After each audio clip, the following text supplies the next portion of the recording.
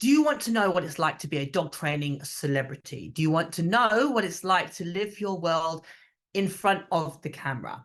Do you want to know what it's like to be somebody that can often be the subject of scrutiny and criticism, and how you endure that and rise above it? Well, join me in today's conversation with Victoria Stillwell, a well-known TV celebrity and dog trainer, as we talk about what it's like to live in front and behind the camera.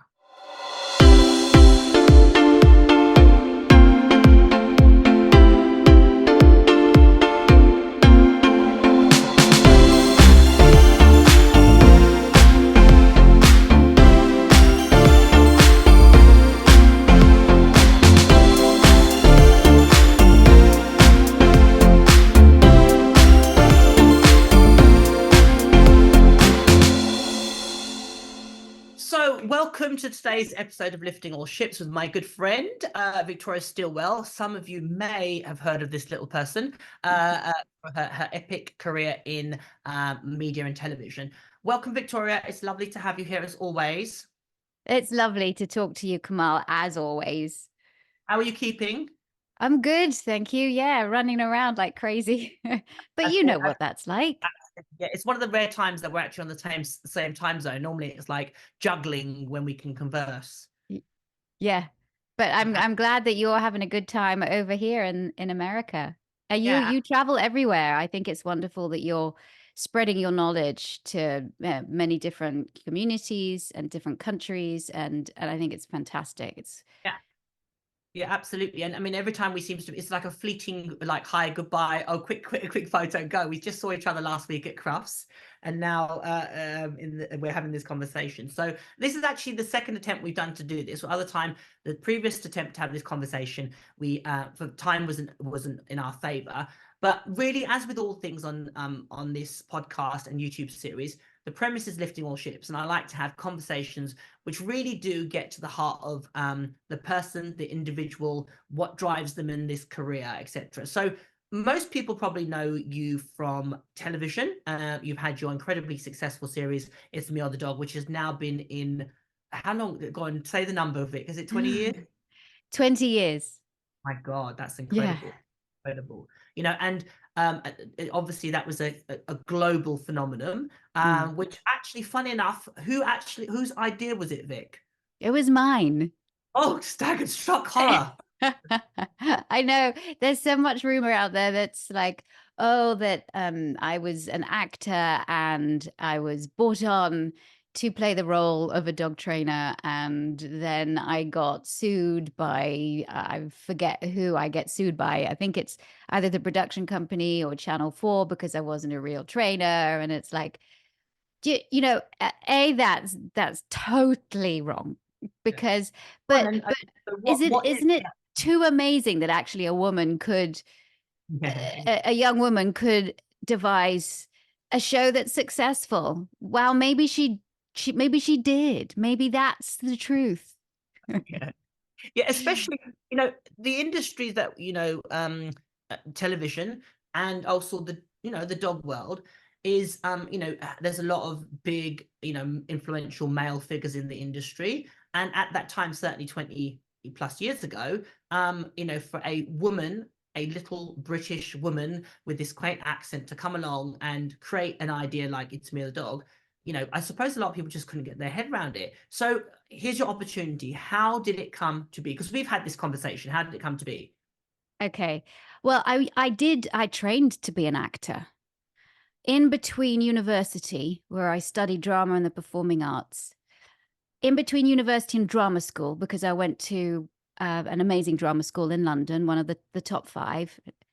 I was, I couldn't afford to go to drama school, so I needed to either get a scholarship or I needed to work hard to be able to go and do this course, which I didn't know that I would get in, right? Because it's very, very, very difficult to get into drama school. So I started a dog walking company, and I absolutely loved it right from the start. I started walking one dog a day, and within a month, word of mouth had got out. And so I was walking 20 a day, 10 in the morning and 10 in the afternoon. And I really did not know what I was doing. I just knew that I loved dogs, and I knew that these dogs were having a great time. They were all off the lead. I was walking on Wow. Wimbledon Common, Wow. and none of the dogs ever fought. We were walking in areas where there weren't other people. So they never ran away. They were always with me. I don't know. I couldn't explain why at the time. They just were. They were so excited to see me. And I had everything. Bear in mind, I had everything from West Highland Terriers to Dobermans Wow. to German Shepherds and Schnauzers and Boxers. And I mean, I had all these dogs that I would put in my car, some in the passenger seat, some in the back seat, and some in, I mean, Kamal, when I tell you that it was just a free for all, that's what it was. Yeah. Yeah. But my dogs were so happy.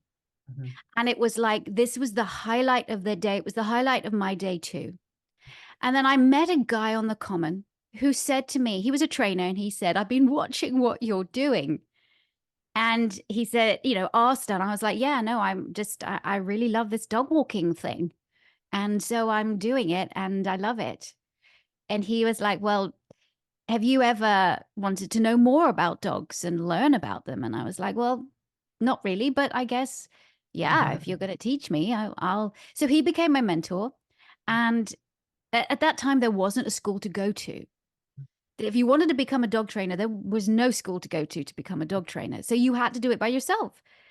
I didn't want to go to university to study to become a veterinarian. So I had to do it myself. And I read and attended seminars when I could and learned a lot from my mentor. But he was very much more of the kind of pack leader theory. Yeah. He wasn't brutal, but he was definitely more of the old school. And that's how I learned. And then I became kind of, I really loved certain books that were written by certain dog trainers and authors that, again, espoused the pack theory. So that's how I learned. And then I went to drama school. I got in. But I started at that time as well, my dog sitting business. So I was dog walking and dog sitting and going to drama school and became known as the dog lady there.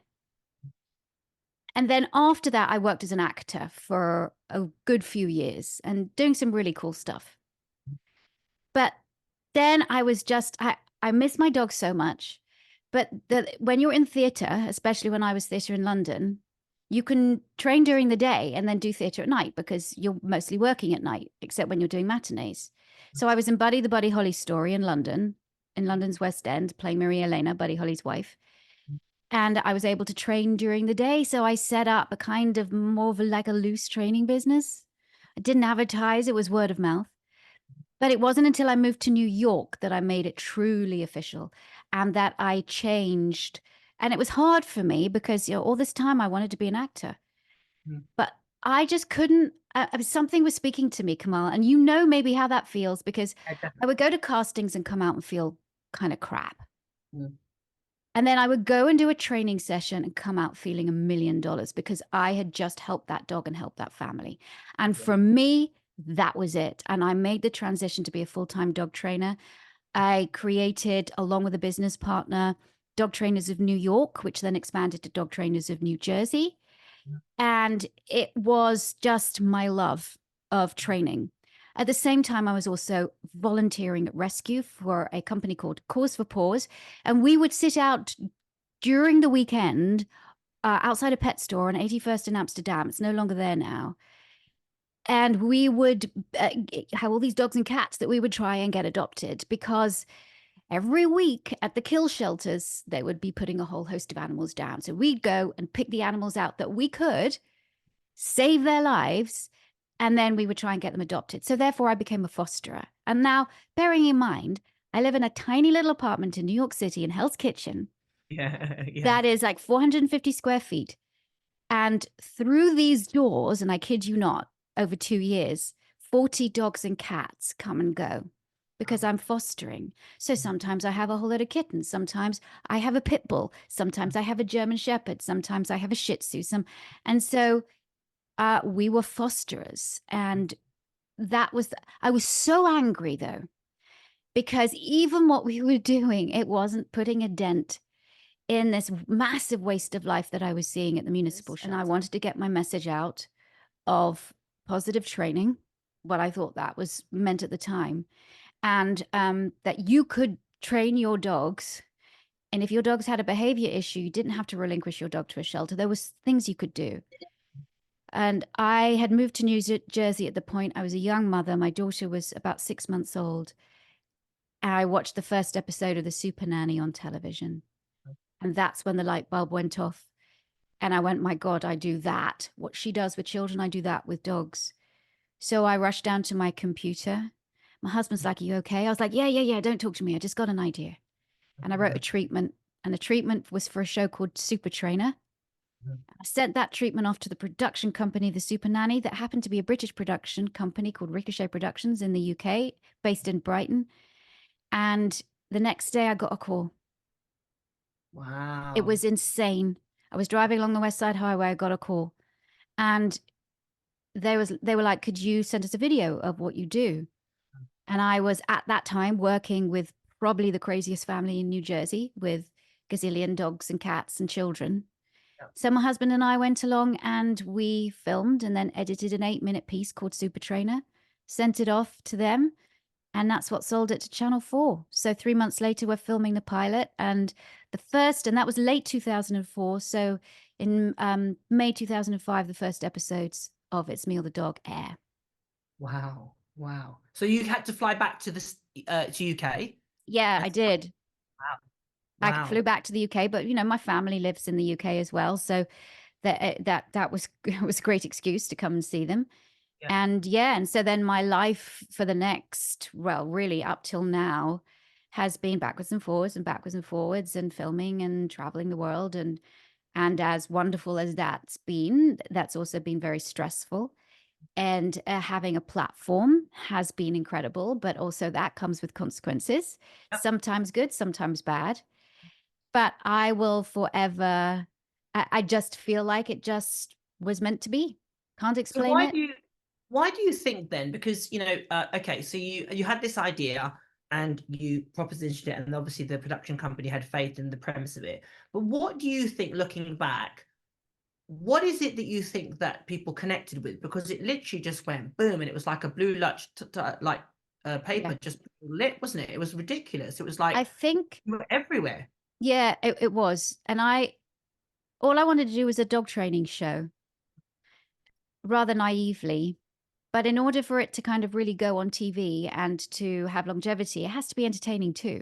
Yeah. So you have to have that mix of entertainment. So to begin with, like I wear black, right? I wear a lot of black.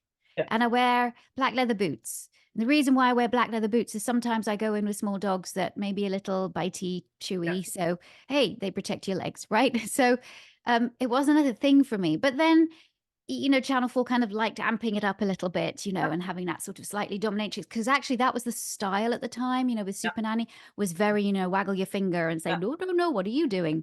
Naughty person. And so they wanted me to be doing the same. Yeah. And I remember Channel 4 were always kind of like, can you be a bit harder? Can you be a bit more? And they were always pushing me to do that, which of course is kind of my nature is quite, I mean, I'm outspoken and I will tell it like it is, but I'm very compassionate and very empathetic. And so for me, that was hard to kind of be something I really wasn't, or half was, I should say. And so the whole kind of, I don't think people who had really, Barbara Woodhouse was the dog trainer that was mostly on TV before me. And then comes along this young woman who's driving a fancy car and is wearing black and has, that's what just blew people's minds. Let's be truthful. Let's call it what it is. I think that it was clever marketing, but what it leaned into was really sexualizing who and what the brand was. There was that undertone of dominatrix, the whip, etc. And that was really, which you kind of go at the time, being in mind this 20 years ago, it's be interesting to see now, because obviously the times have changed and that we are aware about equality, diversity, representation. But essentially what they did is they went, we're going to get this pretty young British girl. We're going to make her out to be this dominatrix with the whip in her hand. And it was an absolute marketing success, which says a lot about society at the time, doesn't it, really? Absolutely. And at the end of the day, Vic, let's be truthful. it actually served a purpose. It served a purpose to get what you were trying to do out to the greater public. And it's that always that a double-edged sword. In one way, it was, it was great, but there's that flip side that comes with it. I mean, what was that experience? You're a young mother, you're obviously married, there you are on posters with a whip in your hand in leather, like, what was that experience like for you then? Well, again, it was always this tussle of, can you try and be a bit harder? Can you try and be a bit more this and a bit more like, you know, not just more didactic, more like, and I was trying, and they really liked what I did, but I was trying. But again, as I said, it wasn't me. And I remember after the first episode aired, and the first episode was Jimmy and Duke, or Duke, I should say, two wonderful Labradors. Mm. And they were, they were really wreaking havoc in their home. And because they hadn't really had any guidance, not the dog's fault, truly was the humans, but the loveliest family ever. Mm. And well, first of all, I remember that I never had any ability to see, they wouldn't allow me to see the edit. Right. And so I wasn't allowed to even see the voiceover or anything. And because at that time, television was very, very funny. They didn't really know how to work with experts. They knew how to work with actors and stuff. And normally that you don't see, you film and then off you go. And then you just, so I couldn't see it.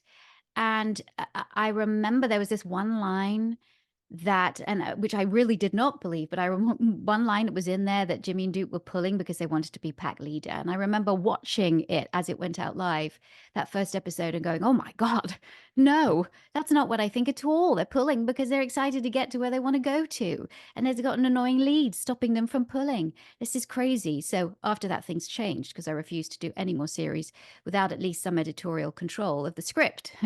Even if it wasn't of the footage of the script, it's very important. We don't want misinformation going out there. But I have to say, after that first episode went out, every paper was full of it the next day. And not so much about the stuff that we'd done. One of it was, yes, both dogs were neutered. They were. And again, at that time, I come from America, where everything is neutered. Everything. Yeah. You're actually irresponsible if you don't neuter your dog. So that's what I did. And actually, it was the best thing for these dogs. It turned out to be the best thing. Now, I'm very different on that, by the way. But The Guardian was just wax lyrical on what I was wearing and what I looked like. Yeah. And it was almost, and of course, everybody was so excited about all of the press and attention we were getting. And I was like, yeah, but what about my training? Why is nobody writing about my training? Why is everybody writing about my pink polka dot sweater that I was wearing? Why isn't anybody writing about the fact that these dogs, that I really helped this family? And I have to say, Jimmy and Duke lasted till they were about 15, 16 years old. Wow. Yeah. Yeah. So there's a couple of points I just want to talk to, because a lot of people won't understand how that world works. So first off, you said about editorial rights. As the talent, as the contributor, we have very little control or influence, generally speaking, about what happens once we've done our part of that. And if you understand anything about making television, media, it is a huge, huge entity. There's everybody from the cameraman to the lighting person, to the sound guy, to the production, to the director. There's a huge, huge network of people. And we are one tiny piece of that massive machine. And in truth, often you find the people in front of the camera, in a lot of instances, have a minimal influence or control about what actually happens once they take the footage and they edit it and make it look in whichever way the production company wants it to. So at that point, bearing in mind you're young, new to the industry, female, etc., there is a high possibility, and if you look back at some of those episodes, you go, oh my gosh, Vic didn't have anything to do with the editorial in that. You can absolutely see it. And obviously the other thing to say is, as a trainer, you were a very different trainer back then. You've evolved, as we all have within this industry. When we know better, we do better. So the thing to remind people is that, whilst people take what happens on television as the word of the person saying it, and you can edit something down, you can make it look a certain way. We only have to look at social media. and what the imagery that can be created. You can create somebody that's happy and joyful, but actually away from that imagery they're actually feeling depressed or anxious or sad. And we need to remind ourselves that the person that you see, the image in you see, isn't necessarily always as intended by the person saying it. That's down to the production company. Now, to speak to that point, I will say, obviously, Vic and myself have done 2 productions now. One was Dogs Might Fly, which was a phenomenal production where we took 12 rescue dogs and taught them to fly a plane, because that's what you do. And the most recent production, which is the Dog Academy, which we're incredibly proud of. And big shout out to Five Mind Films in that they absolutely consult, ask us to, and we have a massive amount of influence in the post-production. So what you see on camera, I will hold my hand up and say, yeah, I've had some influence on that being the way it is. The final call is always with the production company, because it's their baby, and they have to, we might feel, oh God, I look fat in that outfit, or that color doesn't suit me. They'll say, suck it up, buttercup, it's going on. That's just the way the cookie crumbles. But in terms of, the content, like the 5 Miles has been amazing with us with the Dog Academy. Oh, amazing. How much they've consulted with us and they've asked our opinion. And that is, to be honest, one, it's unusual. And I would say that, that just shows the ripple effect of your work 20 years ago, Vic. I'm going to say, to be honest, you've got to own some of the fact that you have influenced that different dynamic, because, at the time, certainly when you started out, how ironic. You must look back and go, wow, how far we've come. We have come a long way. So after series one, I was still filming series 1 when it was airing. And I remember the producers coming to see me in Leeds when I was filming in Leeds, and the show was rating so highly. And they were like, we'd like to make series 2 with you. So I was like, wow, that's amazing. And now actually, instead of, what was it, 6 to 8 episodes we'd done in the beginning, now we want 25. Wow. I was like, okay, great. But I can't do it until I have some editorial control, at least on the script, because you're putting out, as I said, misinformation out there that I would never think or never say. Yeah. And so they had to agree to that, which was hard for them because, again, they weren't used to that. Even working with a super nanny, they weren't used to that. So, and that was agreed on. And really throughout series 2, 3, and 4, I had script sight. Still no sight over the actual filming of the editorial, but I have to say Ricochet did a great job. Yeah. But it wasn't until, so what happened, we filmed from 2005 to 2007, on and off. And then that was 4 series worth. Then I came back to America and I did another show for CBS, CBS TV out here. It was a big show called Greatest American Dog. And I was a judge for that, like a Simon Cowell-like judge. Yeah. And I thought it was an amazing show. I think it definitely needed a lot of tweaks, but I was just a very small cog in a very large wheel. And that was a 250-person crew and a massive set in the Simi Valley near Los Angeles. I mean, this was like mega big Hollywood stuff. Yeah. And at that time, Animal Planet bought the British shows to kind of show as a filler. We called it a filler on like a Thursday night at 7 o'clock on the Animal Planet channel, which is a very big channel. We used to be a bigger channel than it is now here in the United States. And again, the ratings just went through the roof. So then Animal Planet were like, this is great. We'd like to make an American series. So they made another 4 seasons worth. So we filmed that from like 2008 to 2012 in LA and Atlanta and New York. And that I was like, okay, this is great, but I have to tell you that not only do I have to have script side, I got to see the whole thing. So nothing can go out without me looking, and it's just for factual correctness. It's not like, oh God, you made me look bad here. No. This is for factual correctness. So the training arc is clear. And so the information that goes out is clear, that nobody is putting words into my mouth. So on that point, then I'm going to play devil's advocate now.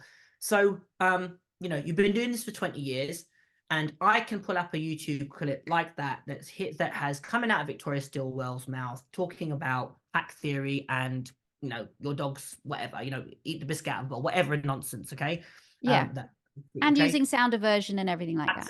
Okay. So let's talk to that point then. So, you know, who was Victoria Stillwell at that point, and why did you say that? And I want to hear your take on it, because if I went to Google Victoria Stillwell, I would say Victoria Stillwell used a sound aversion. So what say you? Playing I devil's was advocate, a massive fan of Jan Fennell. right? And that's when I first started. I was just like, I kind of read everything she'd written. And for me, she was everything. And I'm not dissing her at all. I'm just saying that was what everyone was doing at the time. I thought she was a great trainer. And so that was my kind of guru. And so pack leadership is a big thing there. And the whole idea of, if your dog is misbehaving and then it's ruling the house, it's like Yeah, the dog is up there. And I would put magnets on the fridge of showing the family that where they were in the hierarchy.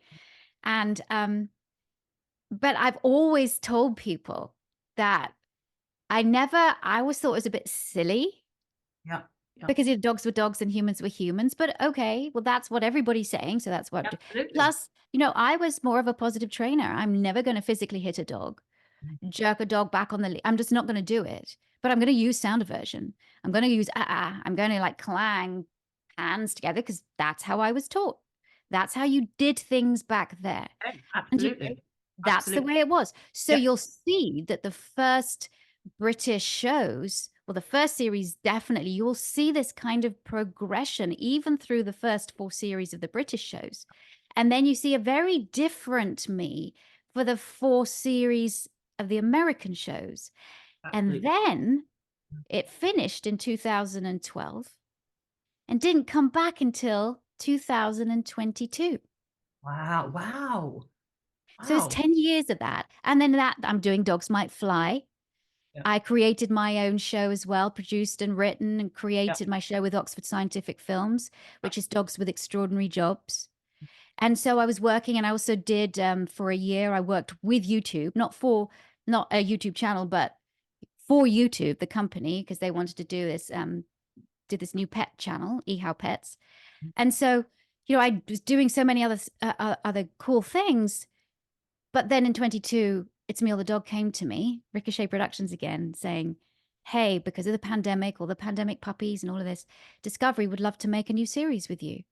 So 40 episodes later, me looking a bit older, but I'm finally able to put what my methods out there now, how I am, how I have grown as a dog trainer. So you'll see, and you can tell, because there's a very young Victoria to begin with, and now there's a bit of a 20-year older Victoria in the new episodes. Now we've just filmed another 10, so those should be airing, coming out in July. And so now you kind of see where I'm at now. yeah. And do you know what I'd say to that point is, and is, if any one of us that is past the age of, say 30 or 40, if you went back 20 years, we are completely, I mean, I was talking about this at dinner last night with friends of mine. I said, considering that you shed, molecules from your body, you are literally a different human being 20 years later.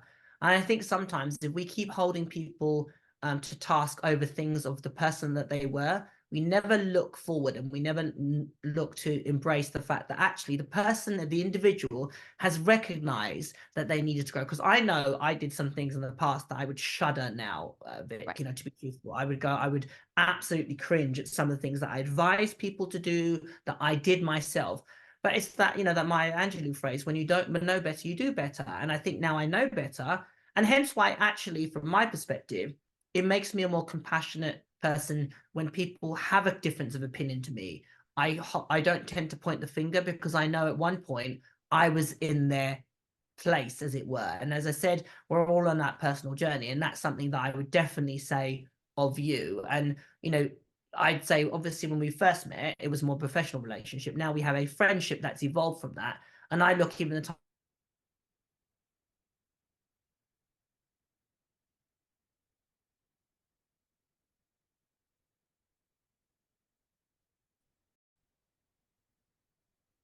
So, as I was saying, now knowing you on a much more personal level, I can see your own growth as a trainer, and even in the work that you put out, and the things that you say, and the things that you support. And I suppose now you're in a position where you do show another aspect of who you are. The let's say the branding and the marketing machine was very much about Victoria Stillwell dominatrix, do as she says, it's me or the dog, even the name of it. Now it's shifted to somebody that's actively helping to change people's lives, helping to help dogs, trying to be proactive in her work, to leave a legacy beyond just a television show, which, to be truthful, is so minimal in comparison to the impact that we as individuals can have. So what was there any significant event that got you thinking? Was it a particular case that caused that change? Well, first of all, I got to say that even though the methods were different, I'm still helping. Still making a massive impact in dog lives and human lives. Might not be the way that we do it now, but that was my mission right from the word go. So you could look at the packaging and go, yeah. And you could look at some of the techniques and go, yeah. And I do. And I go, oh my God, I'd never do that. I'd never do that now. But my aim still then was to help animals, and you know, for the most part, it worked. My transition, and also I would say my relief, came via Patricia McConnell. Oh, really? Okay. Yeah. And I read The Other End of the Leash. I met her as well. And everything that she'd written there resonated with me. I was like, oh my God, finally, yes. And that was it. That started me on a journey away from the whole pack leader theory, which, as I said, it didn't really resonate true with me, because how can we? Because we're humans and they're dogs. I don't get it. But she kind of changed my view on things. And then since then, what has happened is, I mean, look, when we did Dogs Might Fly together, we had Adam McClosey, and I don't know how to pronounce his last name. I just say McClosey. And who is the granddaddy, I would say, of cognitive science when it comes to dogs. He is one of the finest cognitive scientists in the world. And we had him there for 10 weeks as a kind of walking encyclopedia. So that exposed me, along with Dr. Brian Hare from the Canine Cognition Center at Duke University. That exposed me to this whole world of cognition, and including Alexandra Horowitz and all of these people that I was blessed to be able to work with, to meet, and to have discussion with. And so that exposes this whole new world of cognition. And then we take that a step further, and we go to Dr. Gregory Burns here in Atlanta at Emory University, who's now starting to do the first functional MRIs on dogs that are awake and training them in a positive way to go into an MRI machine and wear headphones. And so now they can see how the brain works in real time. So I have had the distinct honor of being able to meet and talk and converse and work with these people. So now I feel like my journey has been absorbing information from as many people as I can, which has also in turn enabled me to make new creations. And on our redesignpositively.com site, there are some of things that we are very proud. Myself and my team at Positively and VSA, including Maya Huff-Owen and Ali Lesner, the animal scientist, we've got together, we've created Brave, BRAVE, Brave, which is coping strategies for every dog. We've created the harmony model, the Positively pillars. This is stuff that we believe dog lovers and dogs need in order to live healthy, harmonious lives. So I'm very proud of where we are now. But don't forget, Kamal, I'm still proud of the shows that I did then. And so even though I might look back and go, ooh, I really wish I didn't use that, I still, at the time, either you follow somebody else who's using shock collars, or it's me, really. So like, we didn't really have a lot of folks out there, unless you're a follower of Dr. Ian Dunbar, who was amazing, is amazing. Like, there just wasn't. So at the time, I'm still proud of it. Yeah, absolutely. So, okay, so on that point, then, there's another sort of devil's advocate question. You've been in front of the camera, you've had a platform for 20 years, and in that time span, you've obviously had your fair, well, I'd say unfair, so to be truthful, fair and unfair amount of criticism and controversy. Some of it you could say, I can understand why people would go, hey, Vic, what did you hell did you say that for? Totally. But I think, oh, okay. So first off, talk to what that was like to go through and the lessons you learned from those experiences. The lesson I've learned, I have to say, is that if you are going to put your head above the parapet, you better be ready for what's going to come at you.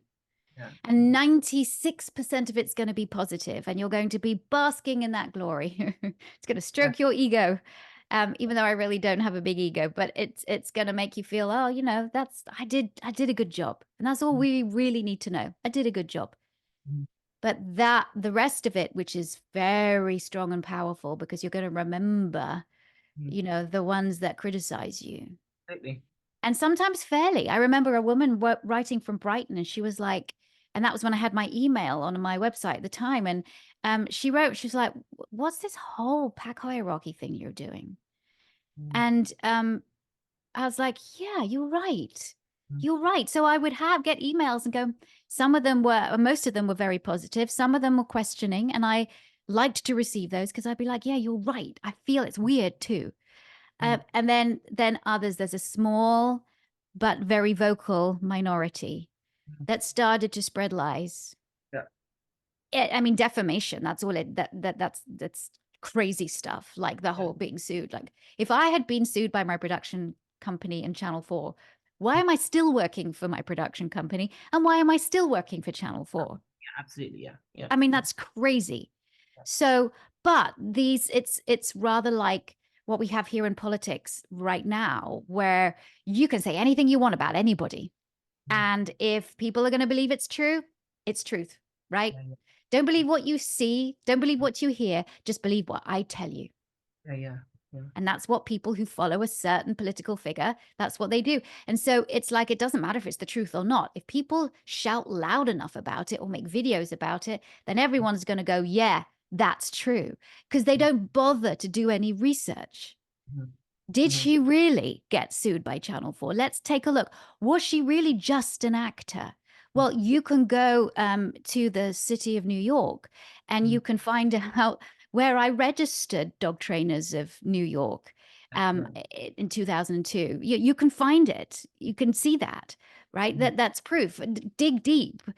Call Channel 4, you'll find out. Call Ricochet Productions. I mean, but people don't, because if they don't like you, they want to make that true. I want the fuel. Yeah. But okay. So again, on that point then, so obviously you've been subject to a lot of criticism and you've been critical of others. So has your experience of being criticized affected how you now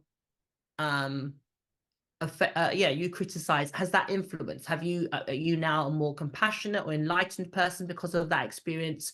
How do you have those dialogues, those uncomfortable conversations with people that are different, have a different slant? Because that's, for me, that's where all of us can do better. We're very quick 100%. to say, you're wrong, I'm right. And actually, hang on a second, let's put down the barriers, let's put down our spears, let's put down our shield, and let's have a dialogue. Because if we want to move us all forward, we can't be doing it from a place of trying to win over the other, really. So what have you learned from those experiences and how you deal with those awkward conversations?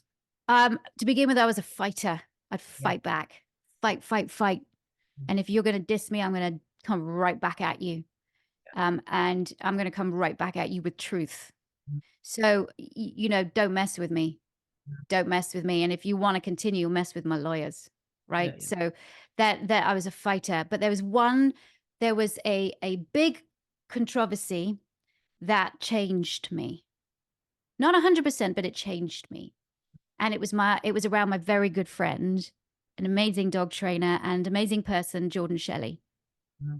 For those of you who don't know who Jordan Shelley was, he was a trainer in the UK, and he was a trainer for The One Show, which is a very popular magazine show. It happens 7:00 every night, and on the BBC.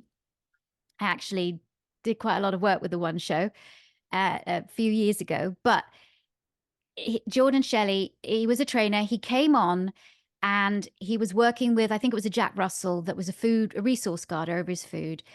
And Jordan kind of followed the works of a well-known male trainer on television and or followed the sort of the methodology.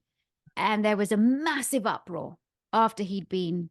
And now, bearing in mind, I'm having to kind of battle against all of this that now is coming from this other television dog trainer and saying using shock collars and that is just detrimental. And so America's in an uproar because all of the American Humane Association and the American Veterinary Medical Association are coming out with statements against this particular individual, saying these dog training techniques are dangerous. The reason why on the television show there was like disclaimers of do not try this at home was because of the American Humane Association saying there needs to be all of that, right? So I'm in battle mode. Jordan comes there and I see this guy doing yet more methodology like that, and this dog is getting stressed out, and like I join the fray. I join the fray of like, get this trainer off television. We have had enough of this. It's enough to deal with this other thing. We've got to be able to put the welfare of dogs first, yada, yada, yada. I realized, and this is when Jordan and I became friends about 6 months later after that, Beverly Cuddy reached out to him, the editor of Dogs Today, and in Dunbar said to him, instead of like dissing him, like we all were doing, in Dunbar reached out and said, come to the Association of Pet Dog Trainers conference in San Diego and come and learn. Wow. And that's where I met Jordan, because I was speaking there too. And so he knew that I had been a very big sort of very vocal against him. And he and I met there. And that's the change. That's when I changed, because he was hounded, literally hounded, with reporters hiding in the bushes outside his house. Everybody from the Daily Mail to the Telegraph. I mean, everybody was there hounding this poor guy who was just trying to do his best with the knowledge that he had. Since then, Jordan has been a leading light in the positive training movement. He made a full 180, as well as, you know, really fighting for the welfare of animals. And I think it was that experience when I finally realized I did to this guy what I have been fighting against people doing to me. Absolutely, yeah. Yeah. But I was in such a state of battle then that because of this other thing that was going on. Yeah. And I didn't see it until he told me what was happening to him. And I was like, oh my God, because it hadn't happened on such a big scale, but it did with Benji, the Black Cocker Spaniel. And Benji was a Cocker Spaniel that I worked with, lovely family. There were 2 Spaniels in the home, 2 lovely girls. These kids were great. They were great with the dogs. And I went there because they were a bit out of control, the dogs, but also the Benji had bitten the younger child. She was about 5 at the time, and the other one was about 7, 8. And Benji had bitten her because she had dropped a packet of crisps on the ground and she'd gone to go get them, and Benji had gone for her. But, you know, that's something that I can work with, right? And they were great kids to work with. They followed everything. They were into it. The family was wonderful. So we did some fabulous training. You know, especially on the Dog Academy, and we do it on It's Me or the Dog, we have to send out behavioral surveys. You've got to send a behavioral history. We need to have veterinarian. We have to have it signed off by a vet. You know that we have to do our due diligence before we go work. And one of those questions is, any strange behavior that you've seen, any kind of anything, you must list this. Any times of aggressive behavior, you've got to list them. And so I went into this house with a lot of information, and I came out and it was such a successful time. 6 weeks later, I get a call from the production company. Benji has bitten the oldest child in what they term a frenzied attack. And she is scarred for life. Wow. The family have made the decision, along with their vet, to put Benji down. We need you, because we don't want to cover this up, right? We want to say that what happened. And I was like, yeah, because we don't do that on It's Me or the Dog. So they said, we want you. I was filming down south. I couldn't get up north. They were like, we want you we're going to send a producer around to film you on the phone to the family. Right. So that's what they do. And I'm on the phone to the family saying, I'm really sorry to hear. What happened is that the oldest child was outside in the garden, hanging the washing up. Mm-hmm. And Benji ran out into the garden and attacked her so badly, they had to pull him off her. Mm-hmm. And so they were like, we can't do this. And we don't want to rehome him because we're frightened that he's going to do this to somebody else. And so I agree with them. And I say, yes, I agree with you. I'm so sorry that this has happened, but I think just to keep everybody safe. But why did this happen? And this is the bit they didn't show.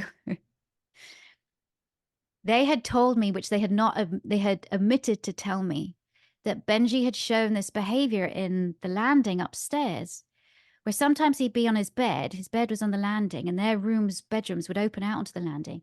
And sometimes they'd come out their bedrooms and he would be growling at them.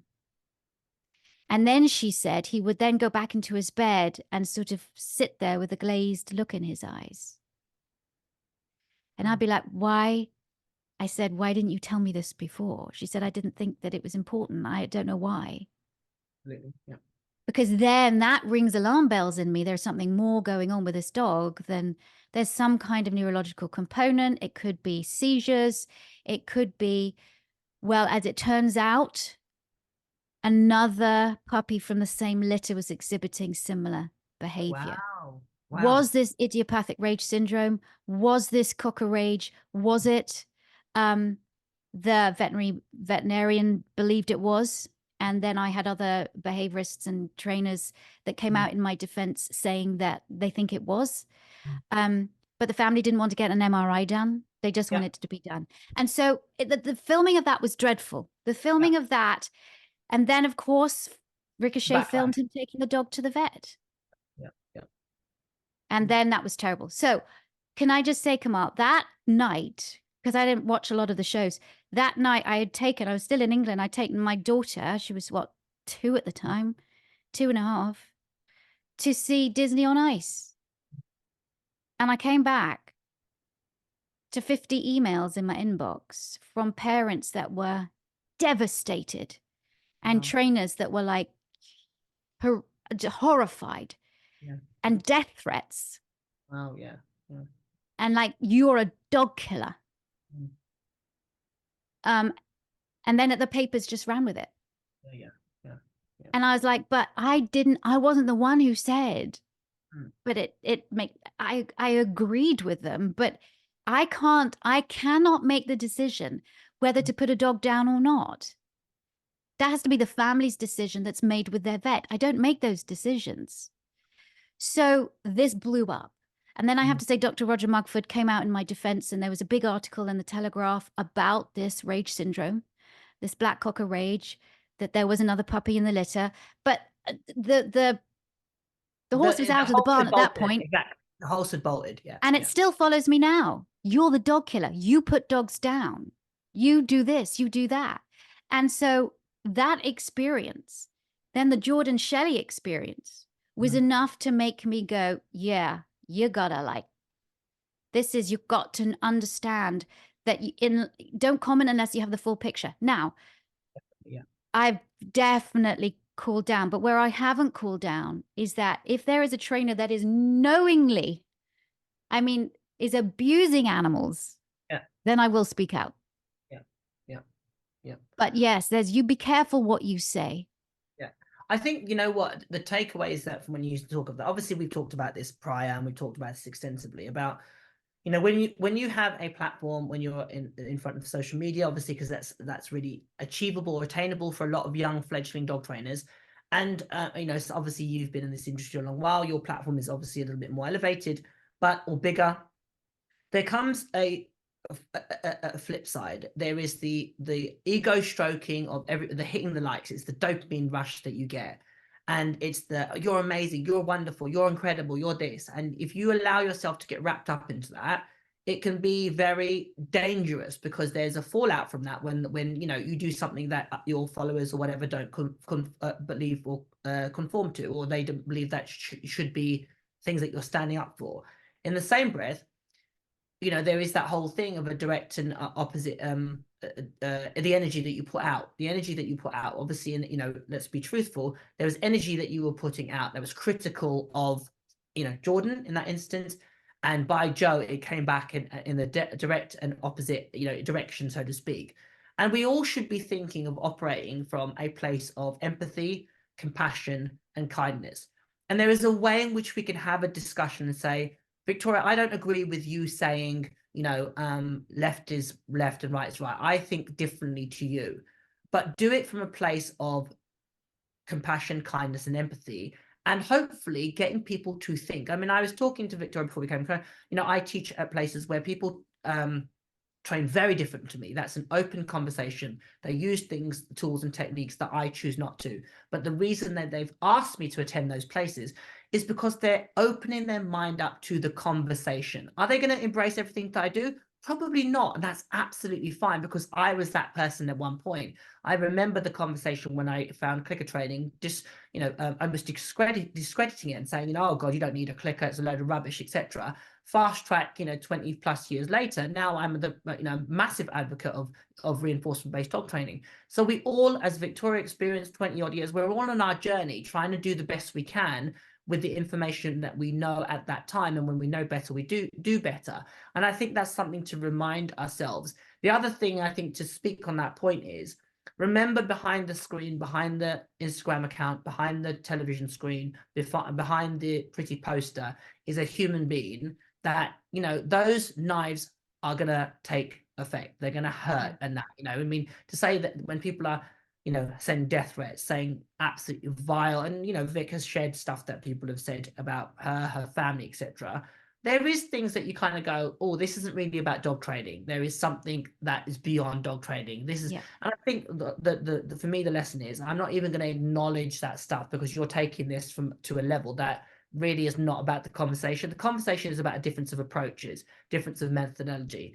When we talk about tools, aversive tools, behavioral euthanasia, those conversations are emotive. They are very emotive and triggering for a lot of people. And the way in which we, if we choose to follow a certain path of reinforcement, enter in those discussions is something that we need to be aware of. And if we're doing it led primarily from emotion, you often can cloud a healthy dialogue. And the only way in which all of us are going to be lifted up and all of us do better is to take the emotive aspect and put it aside for the moment and have a conversation based on logic and is this effective? Let's talk about, is it effective? Is this actually a humane way, or not even a humane way? Could we train this more efficiently? Could we train this so that it actually does have resilience and it does stand the test of time and it does work in the real world?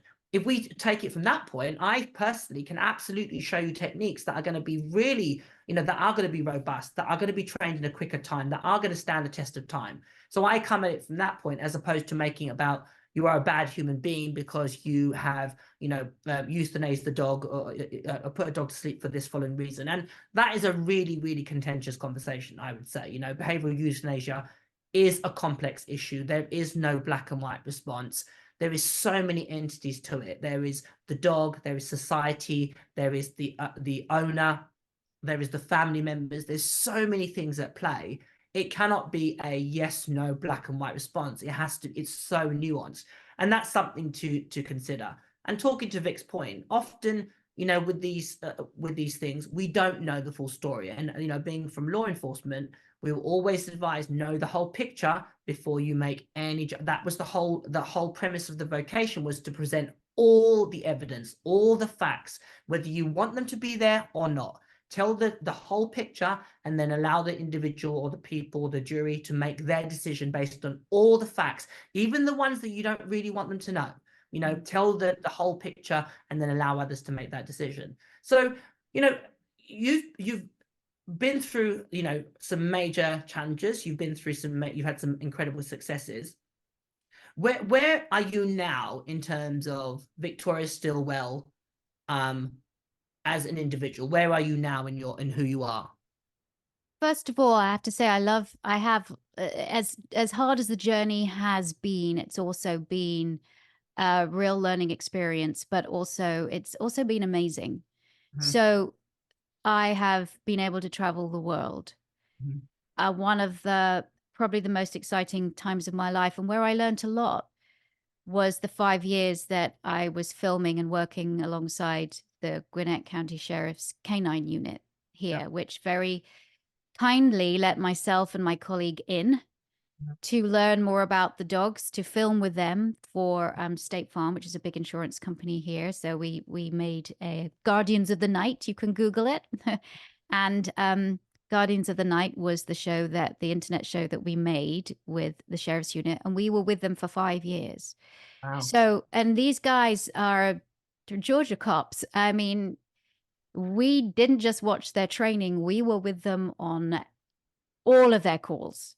Mhm. And so we have been in car chases, and we have been tracking in the woods in the middle of the night. We have been where guns have been pulled. We have done pit stops, as in pitting a car to stop it from, and, everything from drugs to, we have seen these dogs work. We have experienced it. Mhm. And also what was one of the most kind of the brilliant times is they're not the most positive. I can tell you that right now with their dogs. But I was able to do some training sessions with them, and some light bulbs went off. And I do remember there was this one thing where they were taught that when they turn around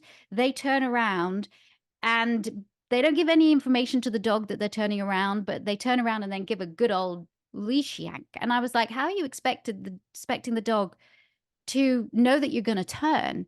Why don't you just like tell them you're going to? Or I know they're following your body as much as possible, but maybe there can be a cue or something that you can do.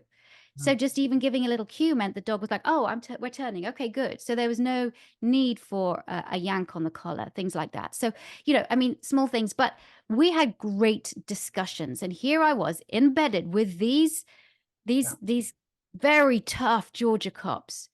Yeah. Going where pretty much no civilian goes, right? Yeah. Very few. You know the story. You've been a police officer. Yeah. Yeah. And I was able to have really good, constructive conversations with these guys that trained very differently to what I did. Mhm. And then we have that thing of I'm filming in a helicopter in Alabama, and with a handler that I didn't know but trusted, and he sent the dog into the helicopter before himself. And of course, then the dog thought, "Oh, I can bite this person here." So that was a thing, and so I now know what it's like to have a full-on bite from a Malinois. But I was behind the camera. So that was a whole thing that blew up of like, well, you're just dissing canine handlers now. I'm like, no, I'm filming the lives. I'm trying to show the real lives of these people. And did something go wrong in a helicopter with handlers that I didn't know because I was told it was safe? Yes, it did. And unfortunately, that happens. But the show still came out, and it was still an amazing show that showed the lives of these dogs and cats. So anyway, the Victoria Stillwell that I am now is hardened, tough, as well as vulnerable. Sometimes I get annoyed, and other times I don't give a shit. I am to the point where I'm an empty nester now, and my daughter's in college. And I just want to educate. VSA is now nearly 10 years old, Victoria Stillwell Academy, and we have trained so many trainers now we taught so many people to be trainers all around the world. And I love it. And then we also have positively.com, where we have a whole host of new courses for dog lovers and for trainers to use for their clients. And so television is great, Kamal, and you know that it's great, but you also know that it is exhausting. Yeah, it's and intense. that, as much as people were like, oh, I could do that or whatever, it takes a very special person to be able to train dogs on television under the pressure that we're under. You know what that's like. Yeah, definitely. So if I were to ask you, what do you prefer doing? Do you prefer filming on TV, or do you prefer educating what you're doing now to this group of, what do you prefer? Education. It's education. Exactly. One of the questions I was actually asking is, what do you know, on that point, oh, Victoria Stillwell was just an actress that they hired. That who do you identify as? Are you a dog trainer? Are you a television celebrity?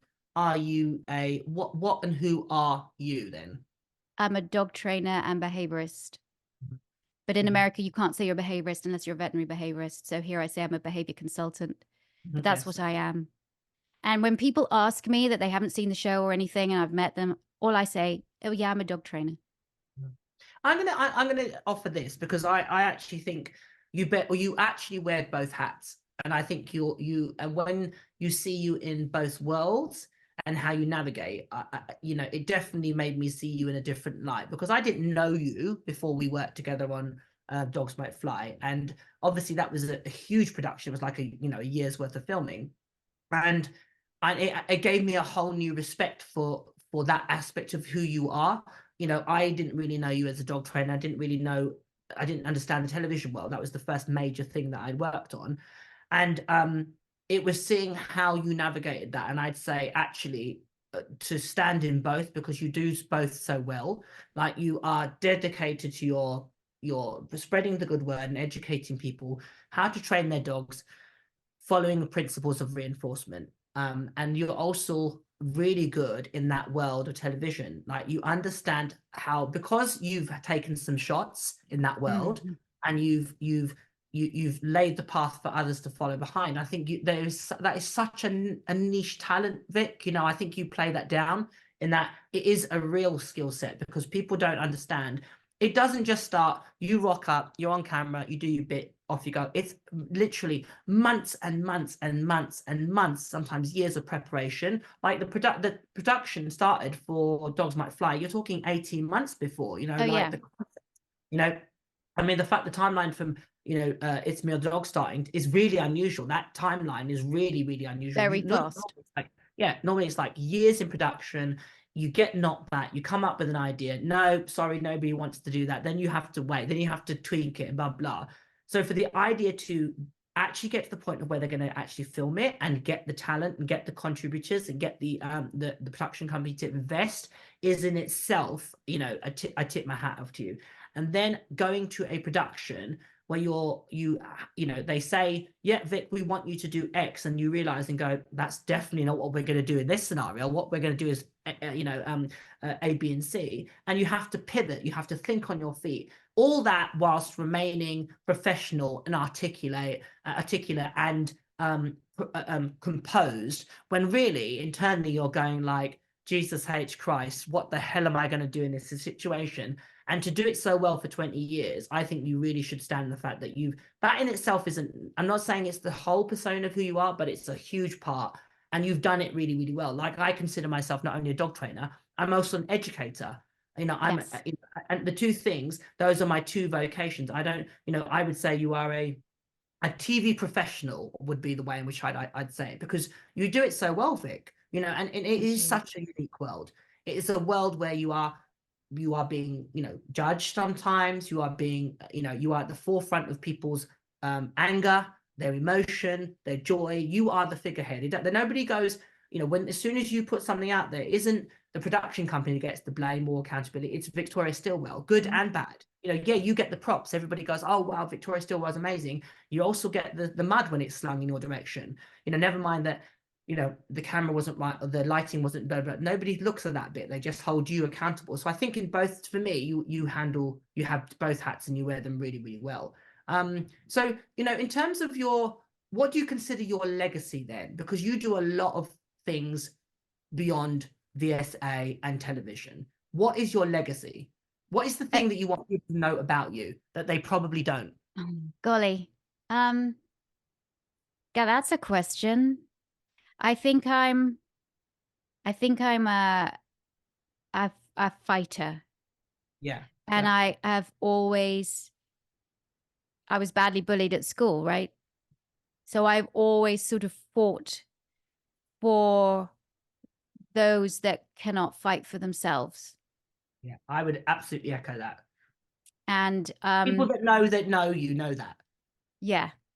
Mm. And that's everything from the dog and methods that you use to protecting my fellow dog trainers on other TV shows. you know? Yeah. So I'm a bit like a mama bear. Like I will protect those that are doing good, just because if I have had a little bit more experience in doing a certain thing and they haven't, they're coming new to it. I don't want them to make the same mistakes that I did, or to have the same flack because it's out of their control. And so, maybe you'd see that and go, wow, she's a bit relentless. But I'm not, and I'm doing it with people's best interests in mind. So I would say that I strive to be a good person with definite flaws. Yep. I think I've been a really good mother, even though I've been a mega working mother too. I am very passionate about my child.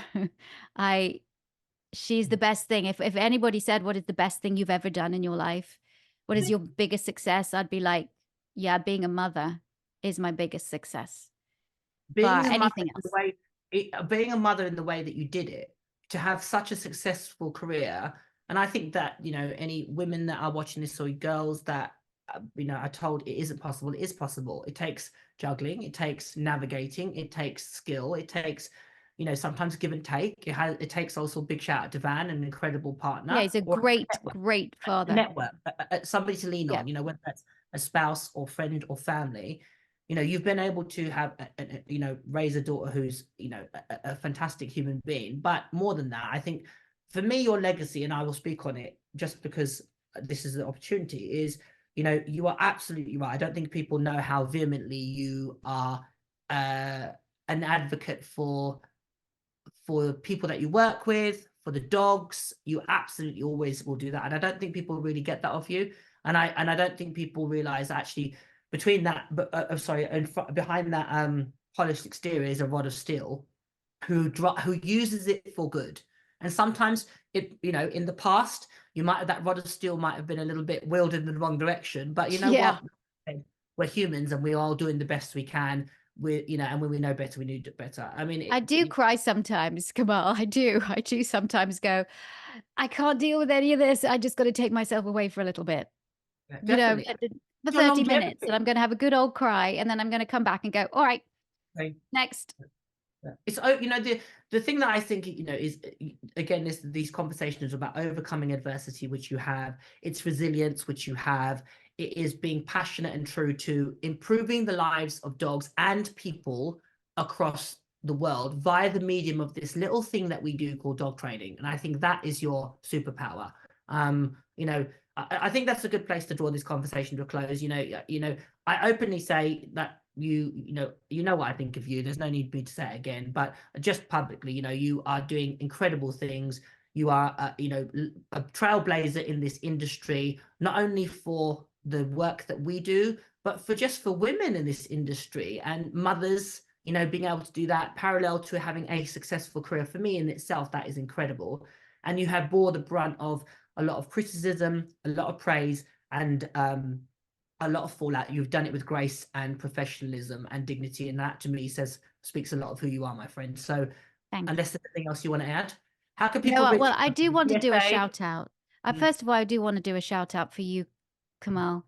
You are, again, a leading light in this industry. And having done these shows with you, I also see your work ethic and your passion.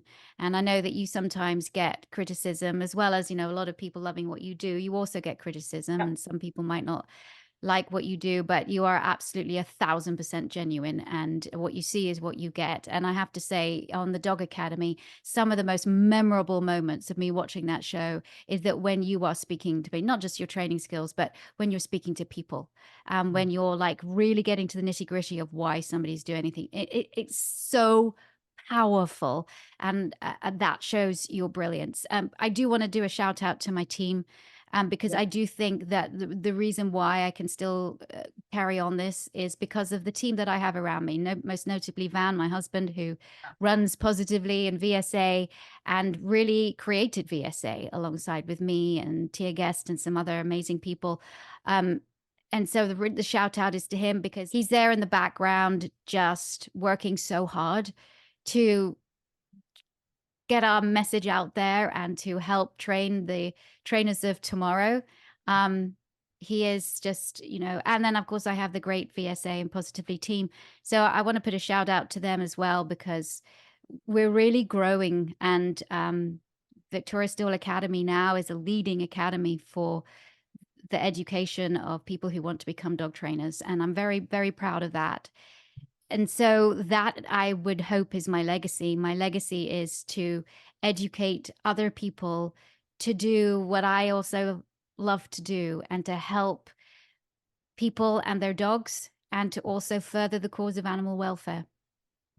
No, that's great. I mean, great place to end. I think this is the few occasions I've actually been nice to you, Vic. Normally I'm barracking you about being You're the only old all person the that's time. allowed to do that, Kamal, but you just This made is me this laugh. is very unusual for me to be nice to Vic. Normally, my WhatsApp messages are just taking the mickey out of her, taking the piss out of her. And on set, normally it's just abuse really all day, isn't It's it? terrible. It just makes me laugh all the Yeah, time. exactly. Yeah. On that note, as I said, it's been a fantastic conversation. I will share, obviously, Vic's places that her platforms that you could reach out to her and find out what she's doing or where she's going to be, and information about her, the academy. I will share that all in the description. Vic, thank you very much for your time. I know you're a busy lady. As always, a pleasure. Thanks, Kamal.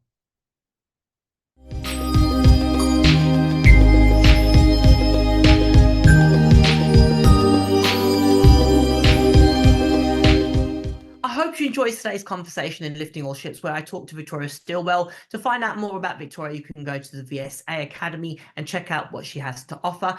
To follow me and listen to more podcasts and YouTube episodes on Lifting All Ships, just click like and subscribe to never miss another episode again.